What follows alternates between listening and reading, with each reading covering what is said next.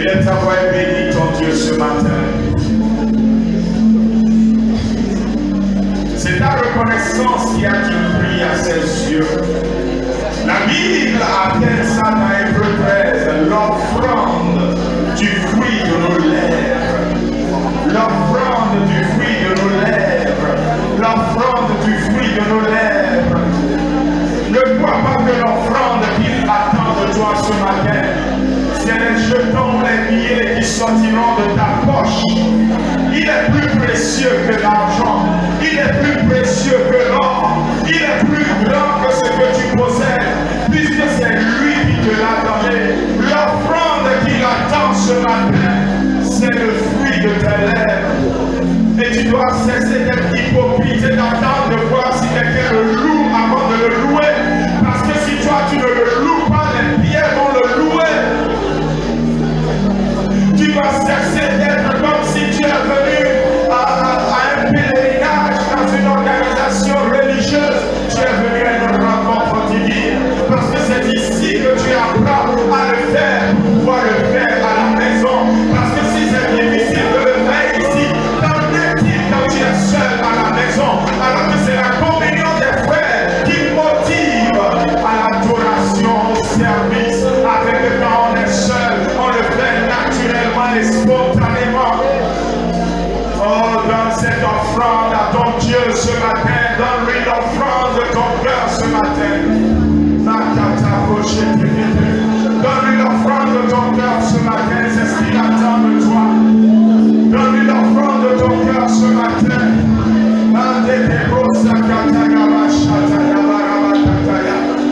L'offrande que tu lui donnes ce matin, Église, ne dépend pas du fait que tu sois en bonne santé ou pas. L'offrande que tu lui donnes ce matin ne dépend pas du fait que tu aies de l'argent ou pas, que tu aies un souci familial à la maison ou pas, que tu aies un examen à composer demain ou pas. L'offrande que tu lui donnes ce matin ne dépend pas du fait qu'il t'est délivré de ceci ou de cela. L'offrande que tu lui donnes ce matin vient du fait qu'il est mort pour toi à la croix. Est-ce qu'un père pouvait accepter de mourir pour toi?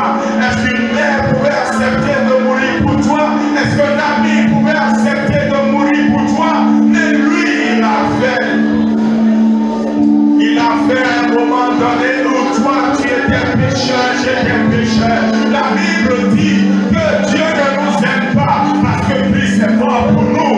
Mais c'est parce qu'il nous aime. Dieu ne nous aime pas parce que nous avons accepté de recevoir Christ. Mais il nous aime parce que Christ est mort pour nous. C'est son amour qui a envoyé son Fils à la croix.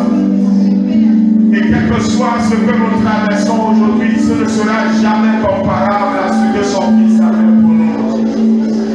Église, ce matin, tu vas renouveler ton cœur devant le Seigneur. Tu vas lui dire, Seigneur, ce matin, débarrasse mon cœur de ce qui ne te glorifie pas. Je suis un chrétien en marche vers l'éternité.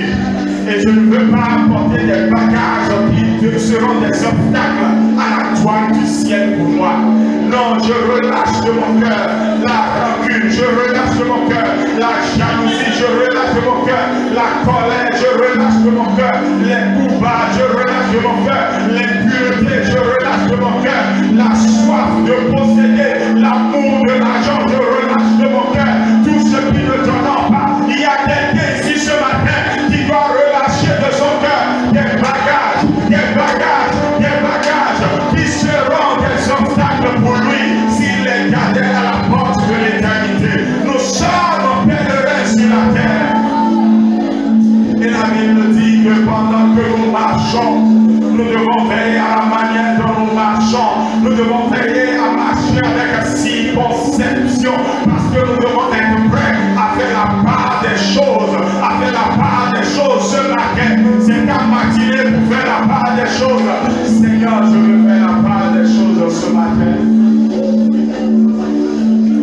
Et tu sais bien que c'est de toi que le Seigneur parle. Tu sais bien que c'est à toi qu'il parle. Il a vu depuis longtemps combien tu n'arrives même plus à prier à la maison. Parce que autre chose a pris le temps de la prière. Parce que les épreuves ont pris le temps de la prière. Il a vu depuis combien de temps tu n'arrivais plus à le servir correctement dans sa maison. Il a vu que ton service n'est plus droit. Il a vu que ce service-là, tu ne t'y attaches plus. Tu fais l'œuvre de Dieu avec négligence. Et ce matin, c'est la matinée où tu dois faire la part des choses. Va devant lui ce matin, dis Seigneur, je veux marcher. Tel que tu veux que je marche, Père éternel Dieu.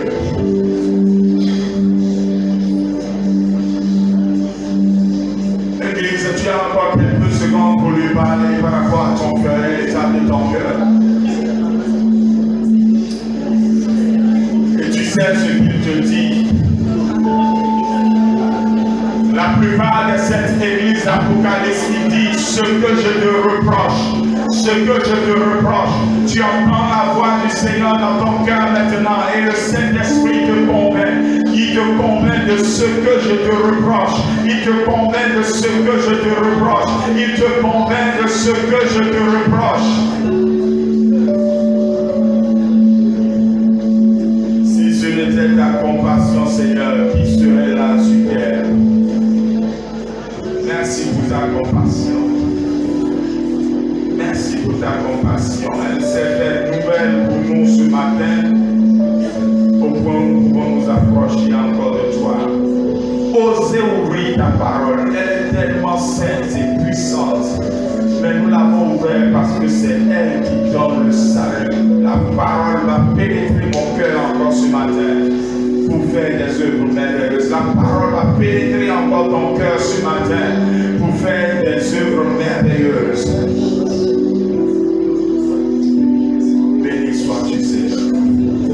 Au nom de Jésus, nous voulons dire merci au Seigneur qui permet que nous soyons là ce matin, réunis dans sa parole, et je vous salue tous dans le beau, merveilleux, puissant et glorieux nom du Seigneur Jésus. Amen. À tous les pères qui sont là, nous leur souhaitons une bonne fête des pères. Amen. Ce n'est pas facile d'être père. Et même en cette journée où on célèbre la fête des pères, au lieu que le père soit honoré, on exigera encore du père. C'est le rôle d'un père. C'est pour ça qu'on exige beaucoup de lui. C'est pas pour rien qu'il est la tête. C'est parce qu'il doit pouvoir donner assez. C'est pas pour rien qu'il est devant. C'est parce qu'il doit frayer le chemin et donner un modèle. C'est pas pour rien qu'il est le modèle. C'est parce qu'il doit veiller en tout à ne pas laisser un bon exemple. Que le Seigneur nous aide, nous les pères. Amen. Et même si on exigeait quelque chose de nous ce jour, au lieu que ce soit comme pour les femmes, on les honore, on les chante, on les cajole et tout ça, que en bon Père, nous soyons toujours prêts à bénir. C'est le Père qui détient la bénédiction. Amen. C'est le Père qui détient la bénédiction, c'est le Père qui relâche la bénédiction. Culturellement, on croit que c'est la mère parce que c'est elle qui a porté l'enfant dans le ventre, mais c'est le Père qui bénit. Je vous bénis de la part du Seigneur. Amen. Ce matin, nous allons méditer la parole de Dieu avec un thème, la saison pour ouvrir ton ciel. La saison pour ouvrir ton ciel. Je vais prêcher aujourd'hui sur ce thème, je vais prêcher le dimanche prochain sur ce thème, la saison pour ouvrir ton ciel.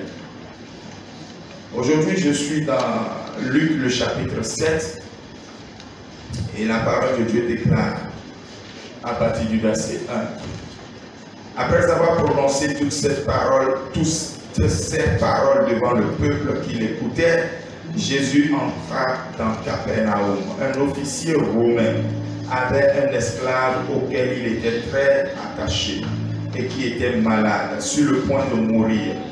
Il entendit parler de Jésus et il lui envoya quelques anciens des Juifs pour lui demander de venir guérir son esclave. Ils arrivèrent vers Jésus donc les anciens des Juifs, et le suppliaient avec insistance en disant, il mérite que tu lui accordes cela. Quelqu'un dit, il mérite que tu lui accordes cela. Car il est notre nation et c'est lui qui a fait construire notre synagogue. Jésus partit avec eux. Il n'était plus très loin de la maison quand l'officier envoya des amis vers lui pour lui dire, Seigneur, ne prends pas autant de peine, car je ne suis pas digne que tu entres sous mon toit. C'est aussi pour cela que je n'ai pas jugé bon d'aller en personne vers toi. Mais dis un mot et mon serviteur sera guéri.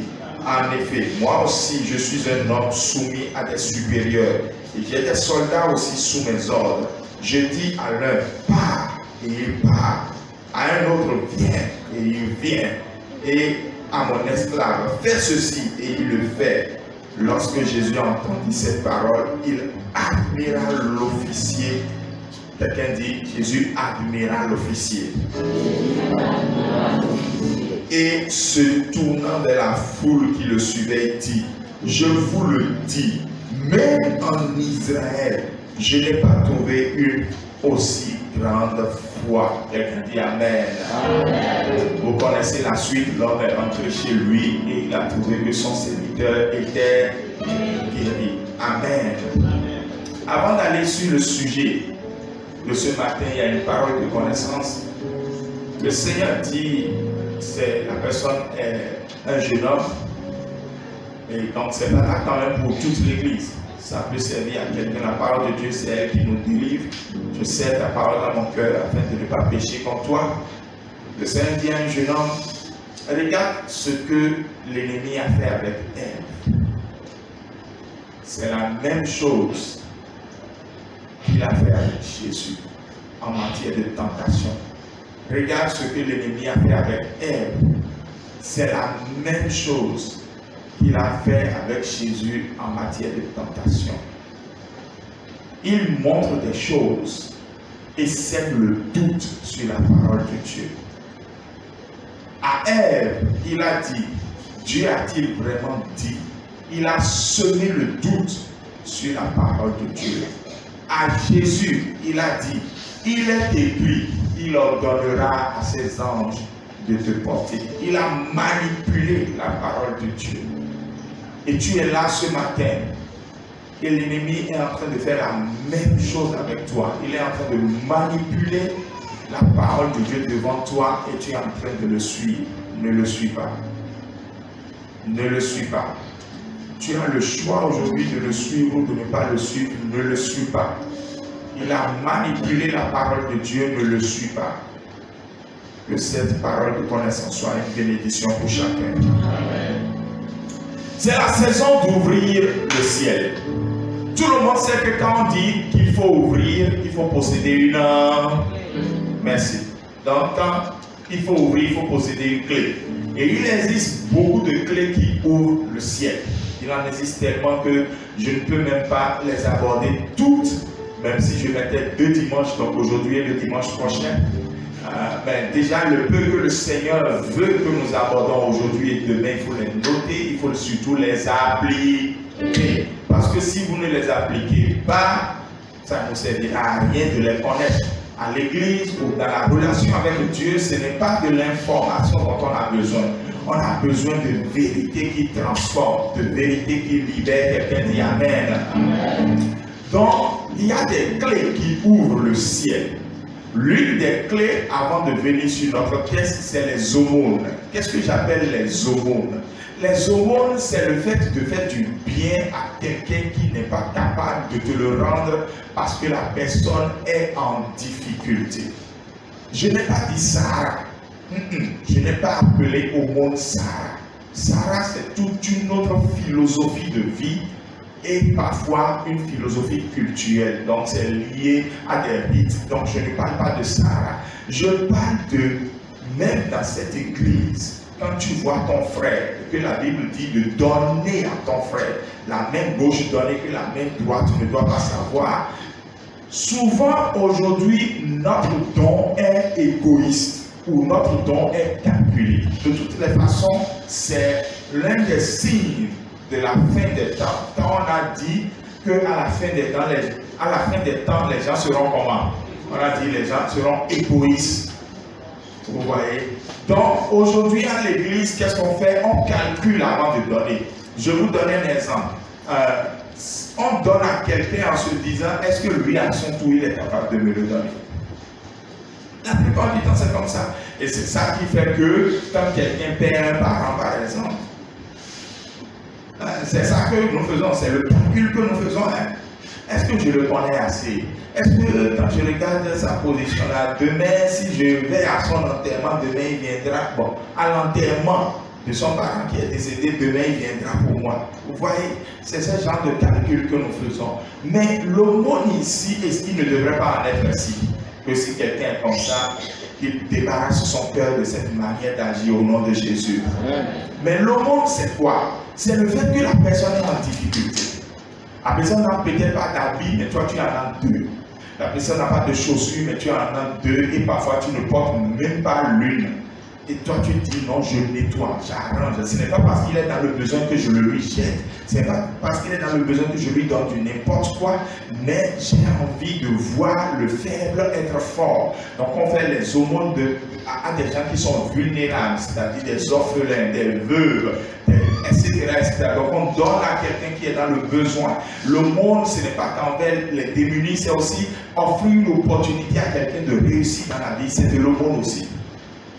Tu as la connaissance de quelque chose qui peut faire du bien, qui peut faire avancer, une opportunité que quelqu'un peut prendre pour étudier ou bien pour... Et tu es au courant de ça. Et tu sais qu'il est dans le besoin, tu le lui files. C'est de l'aumône. Parce que je suis convaincu d'une chose, l'amour, nous l'avons eu, mais ça n'a pas changé le monde jusqu'ici. Je ne dis pas que l'amour est faible. L'amour est la seule chose qui restera jusqu'au bout. Mais les opportunités changent des vies.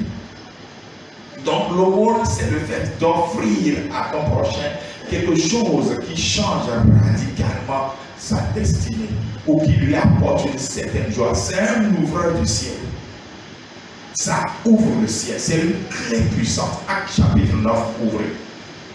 Dans Acte chapitre 9, vous allez voir à partir du verset 32 que Pierre est parti guérir Énée de sa paralysie et est parti ressusciter Tabitha. Lisez le texte à la maison, Acte chapitre 9, verset 32. D'accord? Il est dit quelque part vers les versets 36 là, qu'il y avait à Jaffa parmi les disciples une femme nommée Tabitha, ce qui signifie gazelle. Et elle faisait beaucoup de bien et donnait de son argent aux autres. Vous voyez?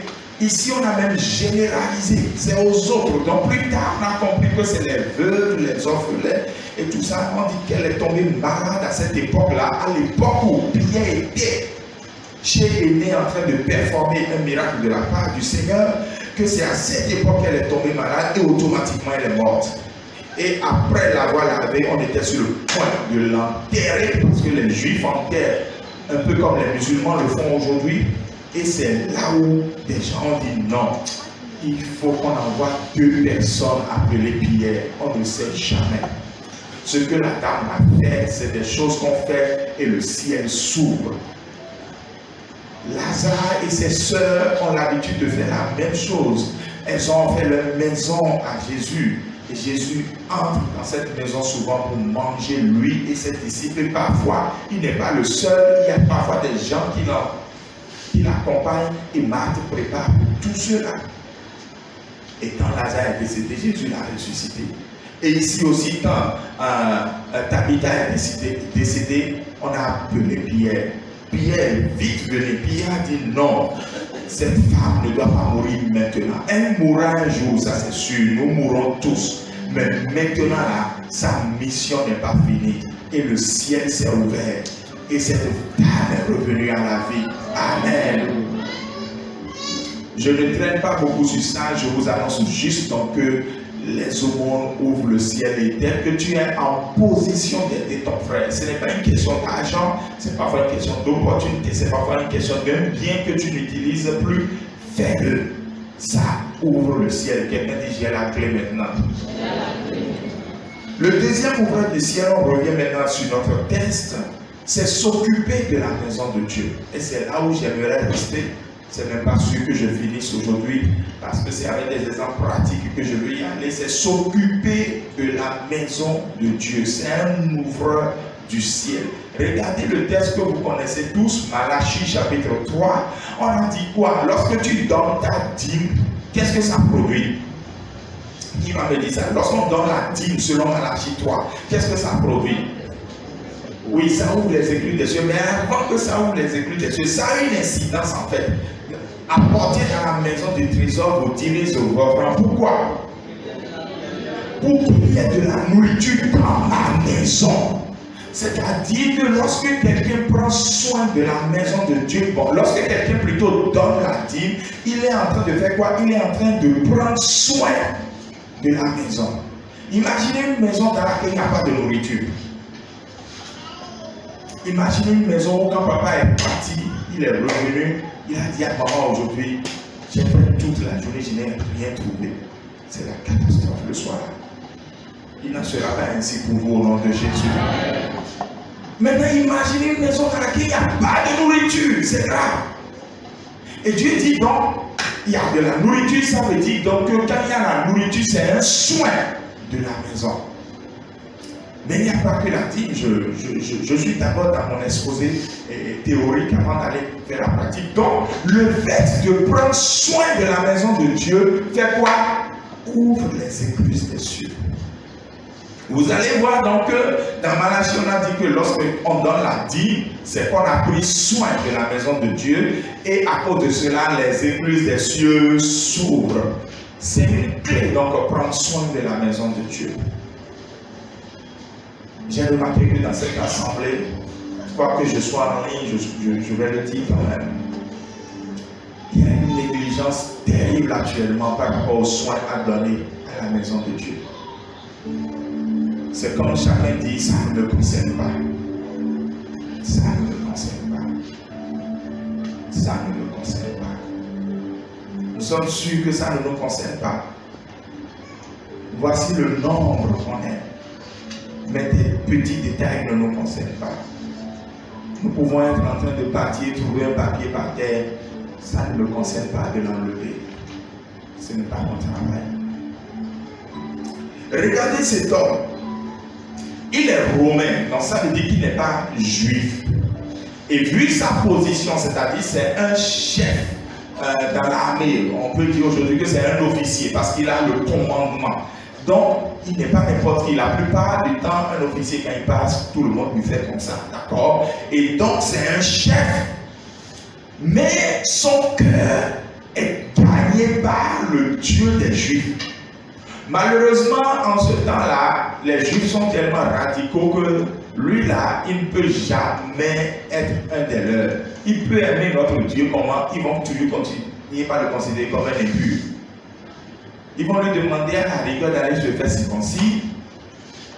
Adulte, maintenant, d'aller se faire circoncis. Et puis là encore, on le soumet à beaucoup de rites avant de l'appeler maintenant un prosélyte. Mais étant donné que c'est même un oppresseur, parce que c'est lui et son armée qui viennent oppresser les Juifs. Les Juifs, en fait, ne sont pas prêts à l'accueillir, mais lui, il a accueilli le Dieu des Juifs. Il a accueilli notre Dieu. Donc, il ne va pas dans la synagogue. Mais qu'est-ce qu'il a fait? Le texte nous dit quoi? Il a fait quoi quand on lisait le texte? Il a fait quoi? Il a construit une synagogue. En fait, il a fait tellement de choses. Ce n'est que ça que les chefs juifs ont dit. Les chefs juifs ont dit, cet homme est notre nation. Bien qu'il soit de la nationalité des oppresseurs, bien qu'il soit à la tête d'un régiment qui nous oppresse, lui là, on le reconnaît, il nous aime. En fait, ce n'est pas votre nation qu'il aime, il aime Dieu, le Dieu de votre nation. Et il a fait du bien dans la nation. Et quand on a voulu citer les biens, on a mis l'accent sur le bien qui a construit la synagogue. Donc vous voyez que ce n'est pas la nation qu'il aime, c'est le Dieu de la nation qu'il aime. Voilà un homme qui prend soin de quoi? De la maison de Dieu. Déjà, je ne passe pas ici pour remercier toute l'assemblée, je le ferai au deuxième culte. Par rapport au dimanche passé, vous n'étiez pas beaucoup avertis, mais chacun a semé dans la construction du royaume de Dieu. Cette semaine, si tout s'est bien passé, on doit être en train d'avoir acheté ou on a déjà acheté, je ne sais pas, la parcelle pour l'église d'Abaton. C'était urgent vraiment. C'était urgent. Donc, c'est ça, s'occuper de la maison de Dieu, par exemple. Quand vous vous occupez de la maison de Dieu, le ciel s'ouvre pour vous. On peut donc conclure logiquement, je suis dans une logique. Quand on s'occupe de la maison de Dieu, égale le ciel s'ouvre. On peut conclure alors que quand je commence là-bas, je vois des gens, je vous vois, je commence à compter. Hein? Ouais, j'en vois encore, je vous vois. Au dehors aussi, hein, je vous vois, je continue, je vous regarde. Il y en a plein, vous ne vous occupez de la maison de Dieu. Égal alors quoi? Égal, le ciel est fermé au-dessus de vous. C'est moi qui ai écrit la Bible. Ou bien je suis en train de prêcher quelque chose qui n'est pas bon. Tu ne t'occupes pas de la maison de Dieu, le ciel est fermé au-dessus de toi. Regardez comment et jusqu'où le ciel est fermé. Le gars, il connaît le Dieu de la Bible, il connaît le Dieu des Juifs, il connaît même les règles rituelles. Il sait qu'en tant qu'impur, donc païen, il n'a pas le droit d'aller à la synagogue, donc il ne va pas à la synagogue. Il sait qu'il n'a pas le droit de rencontrer un rabbin. Vous êtes impur, vous n'avez pas le droit de rencontrer un rabbin. Parce que vous allez créer un problème au rabbin. Jésus est un rabbin, c'est un maître qui enseigne la parole. Si jamais un impur touche un rabbin, il lui a créé des problèmes. Le rabbin n'est pas obligé d'aller faire des purifications sur des purifications. Et on rend grâce à Dieu. Jésus nous a ôté de tout ça. Et personne n'a dit Amen. Amen. Si on devrait adorer Dieu comme les gens de l'Ancien Testament, là, non, la grâce est trop bonne, quoi. Le fait qu'on soit sous la grâce là, il n'y a rien de plus bon que ça. Il y a tellement d'exigences. Aujourd'hui même on parle de dîmes pour soutenir la maison de Dieu. Des gens trouvent que c'est beaucoup. Vous connaissez dîmes dans l'Ancien Testament? Non, attendez. Vous pensez que vous payez vraiment dîmes aujourd'hui là? C'est ça? Vous voulez que je vous fasse une étude biblique sur les dîmes? J'ai dit les dîmes. Parce que dans Malachie on a dit apportez dans la maison de Dieu toutes vos dîmes. Ce n'est pas une dîme qu'on donnait. Vous pensez vraiment que si la grâce n'était pas là et qu'on devrait appliquer la façon dont les Juifs adoraient Dieu là, toi et moi on peut adorer Dieu, même moi je ne suis pas sûr de pouvoir les respecter. Mais Jésus a mis toutes les exigences de sacrifice et de rite à la croix. Amen. Et nous a facilité la tâche. Les rites de bienséance et tout ça sont restés. Il faut se lever devant un vieillard, c'est resté. Les rites de bonne moralité et tout ça, c'est resté. Il faut être pur sexuellement et tout ça, c'est resté. Écoutez, s'occuper de la maison de Dieu. En fin d'année, je voyais venir les choses. J'ai mis tous les ouvriers de l'église et tous les leaders ensemble devant ici, en vous motivant. Même si ce que je vous ai offert de la part de l'église ne coûtait que 1000 francs ou à peine 2000 francs, c'est symbolique. En vous disant cette année, on aura des challenges. Mobilisons-nous pour construire la maison de Dieu, pour prendre soin de la maison de Dieu. Et quand je l'ai dit, vous étiez tous là en disant oui, parce qu'on sera derrière toi. Au début de cette année, pendant nos 30 jours, on a fait des séances de jeûne où j'ai dit à tous les ouvriers, à tous les leaders, une fois encore, chacun à son poste et en tenue de travail. On est à l'heure d'un bilan à mi-parcours, on est dans le mois de juin. Sur 10 personnes, 3 à peine sont à leur poste. Dans tous les compartiments de l'église. c'est carrément la bagaille. Est-ce parce que le Bénin est... Non, ça ne fait pas rien, quoi, parce que franchement, actuellement, ça ne va pas. Ça ne va pas. Nous attendons quel type de leadership? Que je vienne avec un bâton, c'est ça? Déjà, personnellement, c'est infaisable pour moi, pour plusieurs raisons. Deux principalement. Ma personne et mes convictions. Je ne peux pas venir avec un bâton. Au niveau de ma personne, je n'ai jamais appris à donner des ordres. Je ne sais pas le faire. Je ne sais pas faire donner des ordres. Je vais donner l'exemple. Et celui qui veut me voir faire, dit je vais faire comme lui parce qu'il fait comme Christ, va me suivre. C'est ce que je sais faire. Je n'ai jamais donné des ordres. Dites-moi ici à qui j'ai jamais donné des ordres. En disant, fais-le. Si tu ne le fais pas, c'est moi qui te l'ordonne.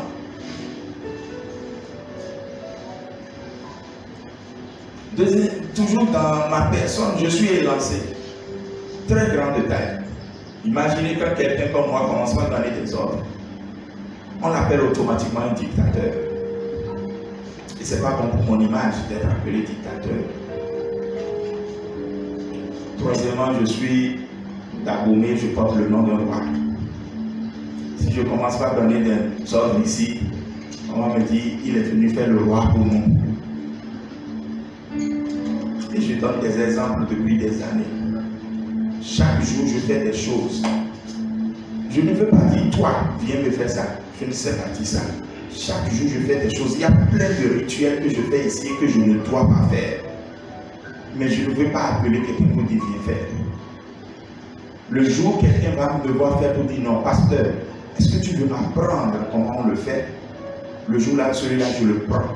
Je le forme de la tête aux pieds, je lui laisse ça. Ce n'est pas que j'ai peur de déléguer. Mais je ne veux pas déléguer en mer. Je ne veux pas déléguer et avoir des soucis d'avoir délégué parce qu'après on va faire pire que ce que je fais. Prendre soin de la maison de Dieu. C'est un ouvreur du ciel. C'est vous qui perdez des bénédictions en fait. Tous ceux qui me suivent et qui me suivront, si vous êtes dans une église locale et que vous ne prenez pas soin de l'église locale, c'est vous qui perdez. Ma conviction qui fait que je ne peux jamais donner des ordres ou tenir un bâton, c'est que le leadership là n'existe pas dans la Bible. C'est vrai que de toutes les façons, ce n'est pas une démocratie. Mais ce type de leadership n'existe pas. Le maître, c'est-à-dire Jésus, ne m'a pas appris ça. Pourquoi voulez-vous que je fasse quelque chose que le maître ne m'a pas appris? Prenez soin de la maison de Dieu. C'est vous qui perdez. Vous qui avez choisi d'être actif dans des départements, pourquoi le faites-vous avec négligence? Vous fermez le ciel au-dessus de vous. Vous qui êtes là et qui aurez pu faire une chose, mais vous ne le faites pas. Le ciel n'est pas fermé. Vous savez, nous sommes sous la grâce, et c'est avec ça que je finis. Nous sommes vraiment sous la grâce, et laissez-moi vous dire, nous ne méritons rien. Quelqu'un dit, je ne mérite rien. Toute ma vie est une vie de grâce. Et il faut le croire vraiment. Mais quand dans la Bible, des Juifs vont supplier Jésus pour un panier en lui disant, il le mérite, il deserve it, il le mérite. Tu auras des situations où tu n'auras aucune œuvre qui pourront se lever devant le Seigneur pour dire, Seigneur, il le mérite. Fais-lui ça dans sa situation. Aucune œuvre ne pourra se lever. Aucune œuvre. Aucune œuvre. Dis-le, ma broma aussi, oui. Bon, sortions, on est activé. Il faut sacrer un homme de Rodon parce que les hôtels parlent. Tu n'as pas bâti quelque chose qui pourra se lever dans un temps où tu traverses quelque chose, dans une époque où tu traverses quelque chose, qui va parler en ta faveur pour dire, il le mérite, qu'il sorte de sa maladie, qu'il sorte de son problème, qu'il sorte de son enrichissement. Il s'occupe de la maison de Dieu. Seigneur, fais-lui ceci, il le mérite. Tu n'as pas posé une action capable de le faire.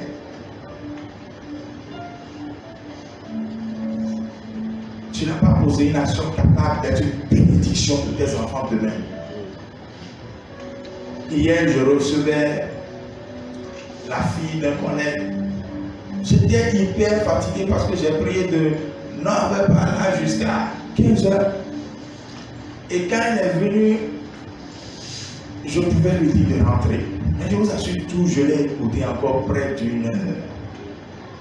Parce qu'elle le mérite. Ce que son père a fait pour moi, je le lui ai dit hier. Ton père a semé assez dans ma vie pour que je t'écoute. S'occuper de la maison de Dieu ouvre le ciel. Quel est l'état de ton ciel? Quel est l'état de ton ciel? S'occuper de la maison de Dieu. J'aime ceux qui nettoient les toilettes. Je les aime beaucoup. J'aime ceux qui acceptent de s'occuper des enfants. Parce que ce n'est pas un ministère facile. Tout le monde veut être devant ici, prêcher avec les grands, se tenir devant les grands, faire le culte devant les grands. Mais rester dans l'anonymat. L'anonymat. Et semer de bonnes choses dans la vie des gens. Je l'ai fait et c'est parce que je l'ai fait que je sais que c'est bon. Je ne peux que vous dire ce qui est bon. Prends soin de la maison de Dieu de telle sorte que quand tu te lèves de là où tu es, on ne doit pas trouver un sachet de bonbons, ce n'est pas possible. Mais toute personne qui vient, au moment où le sachet de bonbons tombe, ça me... Non, vous fermez le ciel au-dessus de vous sans le savoir. On ne peut pas venir dans le lieu où on dit que nous nous rassemblons en communauté de disciples et te lever, garder le lien, dire maintenant que le ciel va s'ouvrir pour toi, c'est pas possible. Mais on fait des choses, nous-mêmes on se demande si ce n'est pas que Satan fume la chicha dans le cerveau de certaines personnes, comment est-ce qu'ils n'ont pas pu comprendre ça? Est-ce qu'on avait besoin d'une prédication pour ça? Prendre soin de la maison de Dieu. C'est voir les bonnes choses qu'on a établies et que voir qu'à un moment donné, ces bonnes choses établies ne fonctionnent plus. On dit non, si cela ne tient qu'à moi seul, ça doit fonctionner. Parce que c'est une bonne chose établie. Prendre soin de la maison de Dieu. C'est apporter son soutien financier aussi. Parce que si on ne l'apporte pas, il n'y aura pas de nourriture dans la maison. Que le Seigneur nous bénisse. Ce matin, si tu as compris, c'est que tu as pris une décision aussi. Si tu as vraiment compris, c'est que tu as pris une décision. Que le Seigneur bénisse ta décision.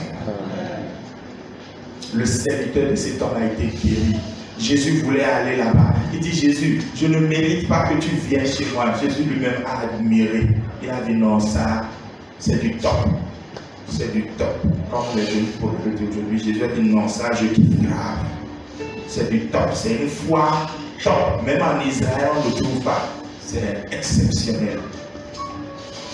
Que peux-tu faire pour que Jésus dise, c'est exceptionnel? Tiens-toi debout ce matin, nous allons prier. Que peux-tu faire pour que Jésus dise c'est exceptionnel?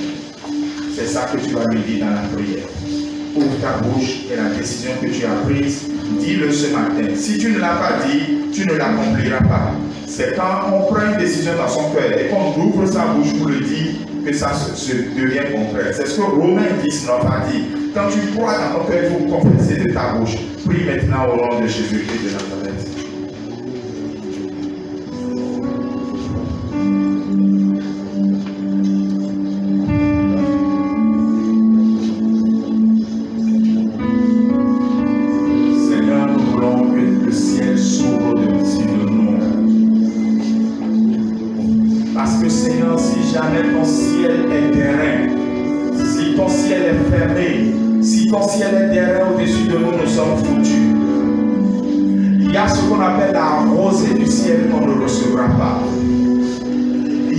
Bénédiction d'en haut qu'on ne recevra pas.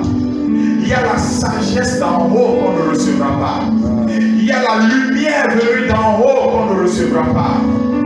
Il y a la puissance venue d'en haut qu'on ne recevra pas. Il y a l'huile venue d'en haut n'existera pas. On perd tellement de choses quand le ciel est derrière au-dessus de nous. Seigneur, fais miséricorde ce matin. Que le ciel s'ouvre pour toute personne qui prend une bonne décision ce matin. De déclencher avec les 2 clés qu'il a reçues aujourd'hui l'ouverture de son ciel.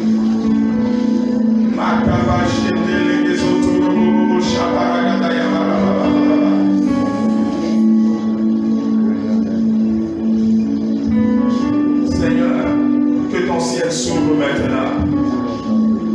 Que ton ciel s'ouvre pour une personne qui a compris dans son cœur quelque chose de radical et de changer, Seigneur. Que ton cœur ciel s'ouvre pour quelqu'un qui est en train de se repentir maintenant parce qu'il a quitté la bonne position pour la mauvaise position, Seigneur.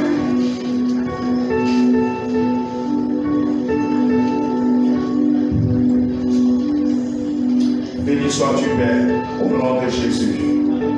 Amen.